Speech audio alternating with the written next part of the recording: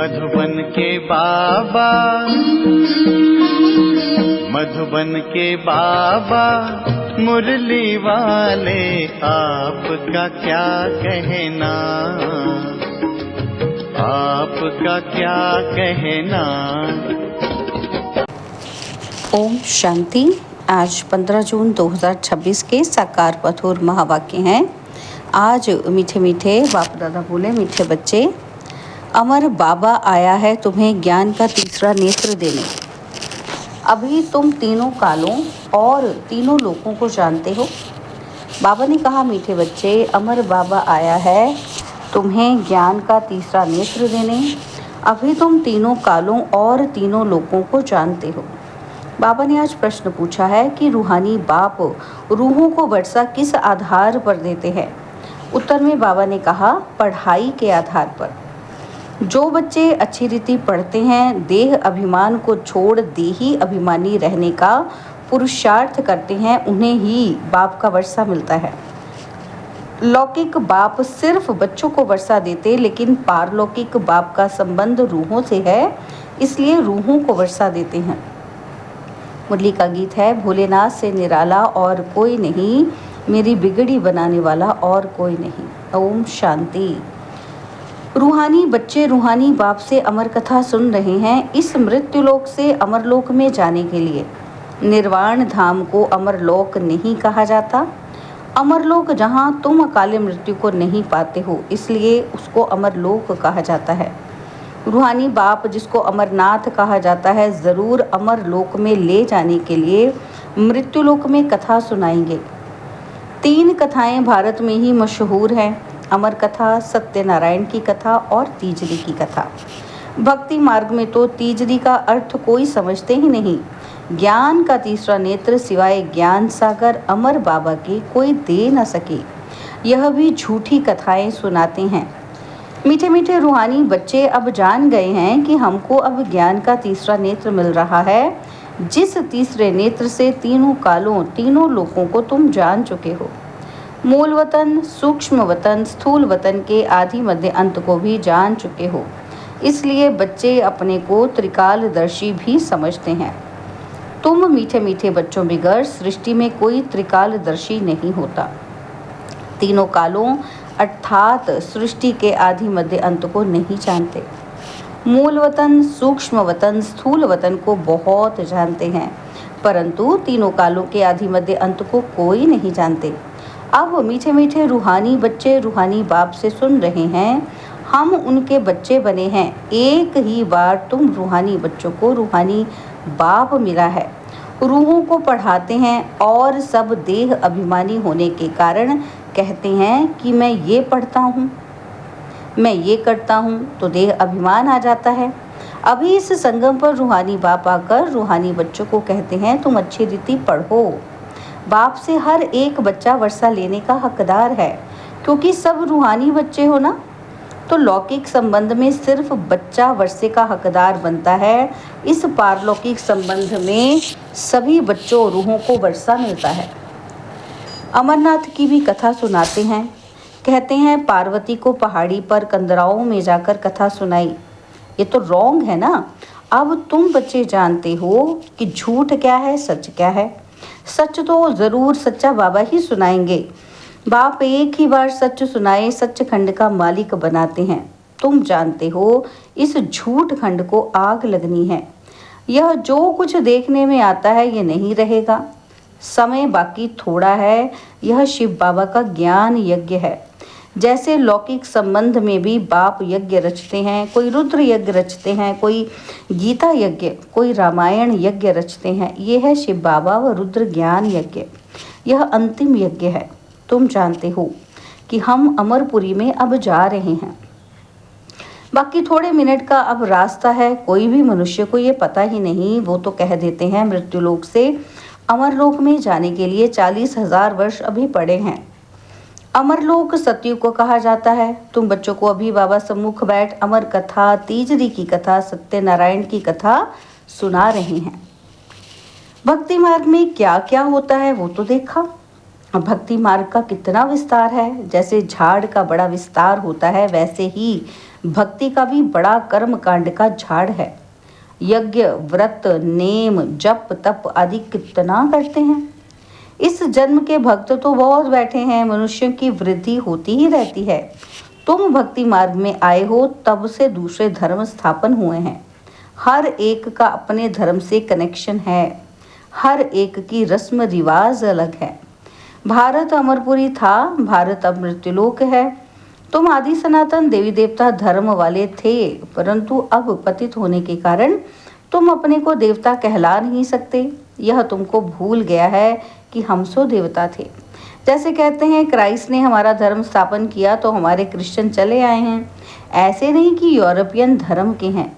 वैसे तुम हिंदुस्तान में रहने वाले अथवा भारत में रहने वाले देवी देवता धर्म के हो, परंतु अपने को देवता कहला नहीं सकते। समझते हो हम तो पापी, नीच, कंगाल, विकारी हैं। भक्ति मार्ग में मनुष्य दुखी होते हैं तो बाप को ही पुकारते हैं। ये सिर्फ तुम ब्राह्मण बच्चे ही जानते हो कि जिस बाप को पुकारते आए हैं वो हमको बेहद का वर्षा देने के लिए अमर कथा सुना रहे हैं।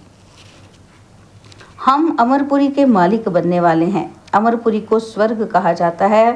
तुम कहेंगे कि हम स्वर्गवासी बनने के लिए पुरुषार्थ कर रहे हैं। कलयुग में मनुष्य मरते हैं तो कहते हैं स्वर्गवासी हुआ। अब उसने कोई स्वर्ग में जाने के लिए पुरुषार्थ थोड़े किया। तुम तो पुरुषार्थ कर रहे हो अमरपुरी बैकुंठ में जाने के लिए। पुरुषार्थ कराने वाला कौन? अमर बाबा, जिसको अमरनाथ भी कहा जाता है। यह यज्ञ, इस यज्ञ को पाठशाला भी कहा जाता है। दूसरे कोई पाठशाला को यज्ञ नहीं कहा जाता। यज्ञ अलग रचे जाते हैं जिसमें ब्राह्मण लोग बैठ मंत्र पढ़ते हैं। बाप कहते हैं ये तुम्हारा कॉलेज भी है, यज्ञ भी है, दोनों इकट्ठे हैं। तुम जानते हो कि इस ज्ञान यज्ञ से विनाश ज्वाला प्रज्वलित हुई है। इसमें सारी दुनिया स्वाहा हो जानी है और फिर नई दुनिया बननी है। इसका नाम ही है महाभारत लड़ाई। इस जैसी लड़ाई और कोई होती ही नहीं। कहते हैं युद्ध में मूसलों से लड़ाई हुई। तुम्हारे साथ लड़ाई तो है नहीं, इसको महाभारत लड़ाई क्यों कहते हैं? भारत में तो एक ही धर्म होता है ना, मौत तो बाहर है, यहाँ लड़ाई की तो बात ही नहीं है। बाप समझाते हैं तुम्हारे लिए नई दुनिया चाहिए तो ज़रूर पुरानी दुनिया का विनाश होगा। तुम बच्चों की बुद्धि में विराट रूप का भी सारा ज्ञान है। यह भी समझते हो कि जो कल्प पहले आए थे वही आएंगे देवता बनने के लिए। बुद्धि का काम है, हम जितना ब्राह्मण बने हैं अब फिर देवता बनेंगे। प्रजापिता ब्रह्मा भी गाया हुआ है। परमपिता परमात्मा ब्रह्मा द्वारा मनुष्य सृष्टि रचते हैं, इसलिए ब्रह्मा को प्रजापिता कहते हैं। परंतु कैसे कब रचते हैं ये कोई नहीं जानते। क्या शुरू में मनुष्य नहीं है जिनको रचते हैं? बुलाते ही हैं पतित पावन आओ, तो जब मनुष्य पतित होते हैं तब तो बाप आते हैं। दुनिया को बदलना है, तुमको बाप नई दुनिया का लायक बनाते हैं। अभी सब तमो प्रधान पुरानी दुनिया में हो, फिर सतो प्रधान बनना है। बाप ने समझाया है कि हर एक मनुष्य मात्र को हर चीज को सतो रजो तमो में आना होता है। दुनिया नई से पुरानी जरूर होती है, कपड़ा भी नया पहनते हैं फिर पुराना होता है। तुमको ज्ञान मिला है, सच्ची सत्य नारायण की कथा अभी तुम सुन रहे हो। गीता है सर्वशास्त्रमयी शिरोमणि, बाकी हैं उनके बाल बच्चे। जैसे ब्रह्मा की वंशावली वैसे गीता है मुख्य। ऊंच ते ऊंच माँ बाप, बाकी हैं बच्चे। अभी माँ बाप से वर्षा मिल सकता है, बाकी कितने भी शास्त्र पढ़ें, कुछ भी करें, वर्षा मिल ना सके। करके जो शास्त्र पढ़ते हैं उनकी बहुत कमाई होती है, वो तो हो गया अल्पकाल के लिए। यहाँ तुम बच्चे सुनते हो तो कितनी कमाई करते हो? 21 जन्म के लिए विचार करो। वो एक सुनाएंगे, सब उनको पैसा देंगे। और यहाँ बाप तुम बच्चों को सुनाते हैं 21 जन्म के लिए, कितने साहूकार बनते हो। वहाँ सुनाने वाले की जेब भरती है। भक्ति आदि करना प्रवृत्ति मार्ग वालों का काम है। तुम हो प्रवृत्ति मार्ग वाले। तुम जानते हो स्वर्ग लोक में हम पूज्य थे, नहीं तो 84 जन्मों का हिसाब कहाँ से आए। ये है रूहानी ज्ञान जो सुप्रीम रूह ज्ञान सागर से मिलता है।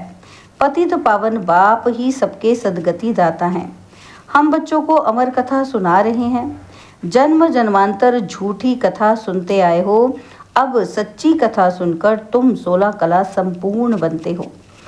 चंद्रमा को 16 कला संपूर्ण कहा जाता है, सूर्य के लिए नहीं कहते हैं। तुम जानते हो कि हम आत्माएं भविष्य में सर्वगुण संपन्न 16 कला संपूर्ण बनेंगे और फिर आधा कल्प के बाद उन्हों में खाद पड़ जाती है। अभी तुम समझते हो हम फिर से सर्वगुण संपन्न 16 कला संपन्न सो देवता फिर से बन रहे हैं। हम आत्माएं पहले अपने घर जाएंगे, फिर हम शरीर धारण कर सो देवता बनेंगे और फिर चंद्रवंशी घराने में आएंगे। 84 जन्मों का हिसाब किताब चाहिए। किस युग में किस वर्ष में कितने जन्म हुए, बाप ने 84 जन्मों की सच्ची सच्ची कथा अब सुनाई है। तो बच्चों को कहेंगे तुम भारतवासी 84 जन्म लेते हो, अपने को एक तो ब्राह्मण समझना पड़े। मम्मा बाबा कहते हो ना, वर्षा शिव बाबा से लेते हो, ब्रह्मा बाबा द्वारा ब्रह्मा भी उनका हो गया। ब्रह्मा से वर्षा मिल न सके, ये भी भाई हो गया। यह शरीरधारी है ना, तुम सब बच्चे वर्षा उनसे लेते हो, इन ब्रह्मा से नहीं। जिससे वर्षा नहीं पाना है उनको याद नहीं करना है, एक शिव बाबा को ही याद करना है। उनको ही कहते हैं कि तुम माता पिता, हम बालक तेरे। तुम इनके पास आते हो, बुद्धि में रहता है कि हम शिव बाबा के पास जाते हैं। याद शिव बाबा को ही करना है। आत्मा बिंदी है, उसमें 84 जन्मों का पाठ नूंधा हुआ है। आत्मा भ्रिकुटी के बीच में रहती है, उड़ती भी सेकंड में है। मैं आत्मा एक शरीर छोड़ दूसरा लेता हूँ, भ्रिकुटी के बीच जाए विराजमान होता हूँ। बुद्धि में समझ है कि हमारी आत्मा ऐसी है। सत्युग में तो कोई ऐसी चीज़ देखने की आशा ही नहीं रहती। आत्मा को देख सकते हैं दिव्य दृष्टि से, कोई इन आँखों से देखने की बात नहीं है। भक्ति मार्ग में ही साक्षात्कार करते हैं। जैसे रामकृष्ण का शिष्य विवेकानंद था, उसने बताया है कि मैं सामने बैठा था तो उनकी आत्मा निकल मेरे में प्रवेश हो गई। ऐसे कोई होता नहीं है। आत्मा कैसे एक शरीर छोड़ दूसरे में प्रवेश करती है, ये सब बातें तुम बच्चों को समझाई जाती हैं। अभी तुम समझते हो कि हम अमरलोक में जाने के लिए पुरुषार्थ कर रहे हैं। अमरलोक में हम जन्म लेंगे, वहाँ हम गर्भ महल में होंगे। यहाँ तो गर्भ जेल में बहुत त्राही त्राही करते हैं। अब आधा कल्प के लिए बाबा तुमको सब दुखों से छुड़ाते हैं, तो कितना प्यार से ऐसे बाप को याद करना चाहिए। अच्छा, मीठे मीठे सिकिलदे बच्चों प्रति माता पिता बाप दादा का याद प्यार और गुड मॉर्निंग।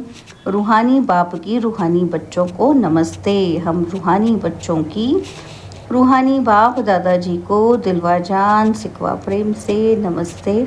ओम शांति। प्यारे बाबा, मीठे बाबा, मेरे बाबा, शुक्रिया बाबा, शुक्रिया बाबा, शुक्रिया। धारणा के लिए मुख्य सार है। पहला पॉइंट है, स्वयं को रूह समझ रूहानी बाप से पढ़कर पूरा वर्षा लेना है। सच्चखंड का मालिक बनने के लिए सच्ची कथा सुननी और सुनानी है। सेकंड पॉइंट है, जिस बाप से बेहद का वर्षा मिलता है उसे ही याद करना है, किसी देहधारी को नहीं। इस पुरानी दुनिया को आग लगनी है, इसलिए इसे देखते भी नहीं देखना है। बाबा ने आज हमें वरदान दिया, साइलेंस की शक्ति द्वारा अपने रजिस्टर को साफ करने वाले लोकप्रिय प्रभु प्रिय भव। साइलेंस की शक्ति द्वारा अपने रजिस्टर को साफ करने वाले लोकप्रिय प्रभु प्रिय भव। जैसे साइंस ने इन्वेंशन की है, जो लिखा हुआ सब मिट जाए, मालूम ही ना पड़े। ऐसे आप साइलेंस की शक्ति से अपने रजिस्टर को रोज साफ करो तो प्रभु प्रिय व दैवी लोक प्रिय बन जाएंगे। सच्चाई सफाई को सभी पसंद करते हैं, इसलिए एक दिन के किए हुए व्यर्थ संकल्प व व्यर्थ कर्म की दूसरे दिन लीक भी ना रहे। बीती को बीती कर फुल स्टॉप लगा दो तो रजिस्टर साफ रहेगा और साहिब राजी हो जाएगा। स्लोगन है, व्यर्थ संकल्प करना व दूसरों के व्यर्थ संकल्प चलाने के निमित्त बनना, यह भी अपवित्रता है। बाबा के व्यक्ति इशारे, सदा हर्षित रहने के लिए अपनी नेचर को सरल बनाओ और सहनशील बनो। बाबा कहते हैं मन, वाणी, कर्म में सरलता और सहनशीलता ये दोनों आवश्यक है। अगर सरलता है, सहनशीलता नहीं, तो भी श्रेष्ठ नहीं। सरलता के साथ सहनशीलता है तो शक्ति स्वरूप कहा जाता है। शक्तियों के चित्रों में सरलता और सहनशीलता दोनों ही गुण दिखाते हैं। अभी की रिजल्ट में कहाँ सहनशीलता अधिक है और कहाँ सरलता अधिक है, अब इन दोनों को समान बनाओ। अच्छा, ओम शांति।